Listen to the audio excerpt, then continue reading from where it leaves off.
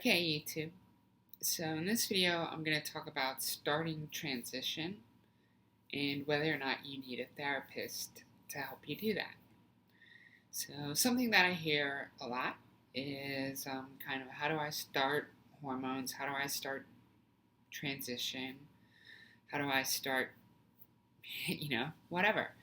And I think that a lot of people have this kind of need or want or desire to sort of ask for permission to confirm that they are trans and to have somebody else sort of do that for them, whether that's a professional, somebody on YouTube, or just kind of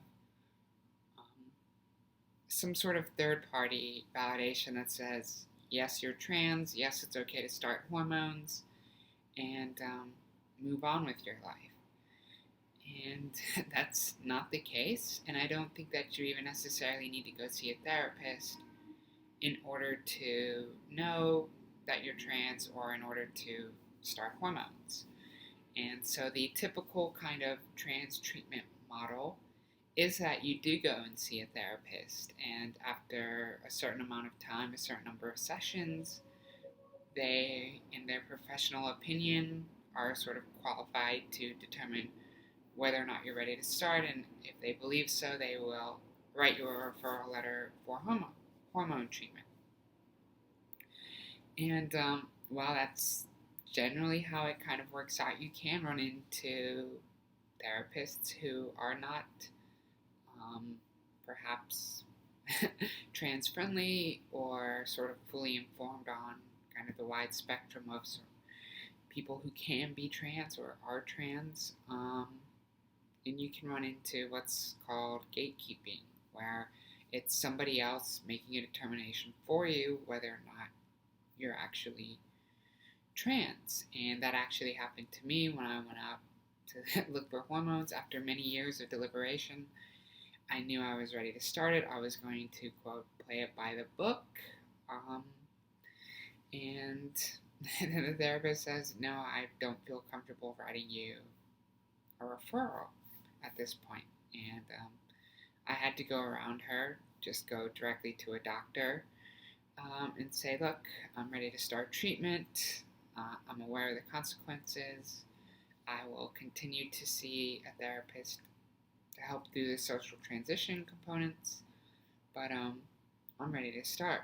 And that's called informed consent, and that's sort of the much more modern and typically preferred way to get people onto treatment through the medical system, because it puts it, in the patient's hands, who says, I'm ready to start, let's go ahead, rather than waiting for the patient to kind of prove or show the therapist or the medical professional that, oh yeah, I'm actually trans, I'm ready to start.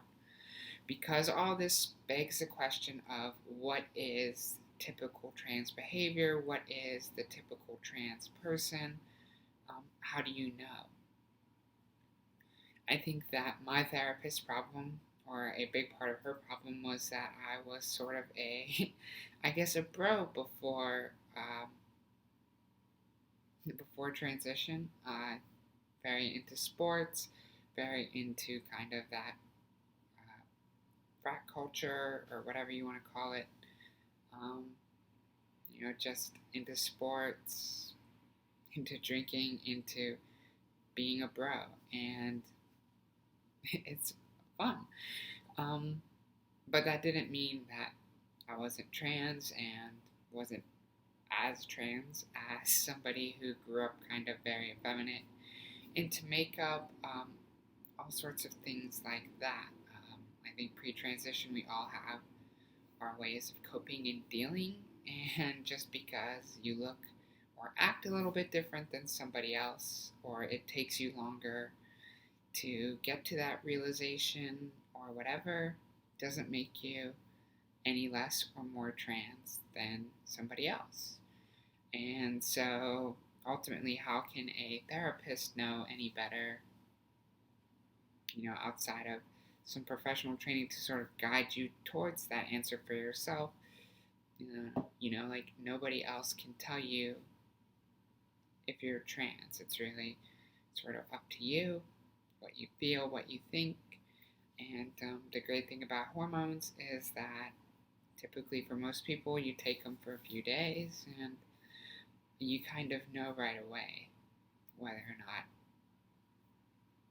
it is right for you. And there's obviously a lot of other stuff that goes on with transition, but um, you can kind of go at your own speed. So there's no rush, and there's also no reason to delay it any more than you're ready to.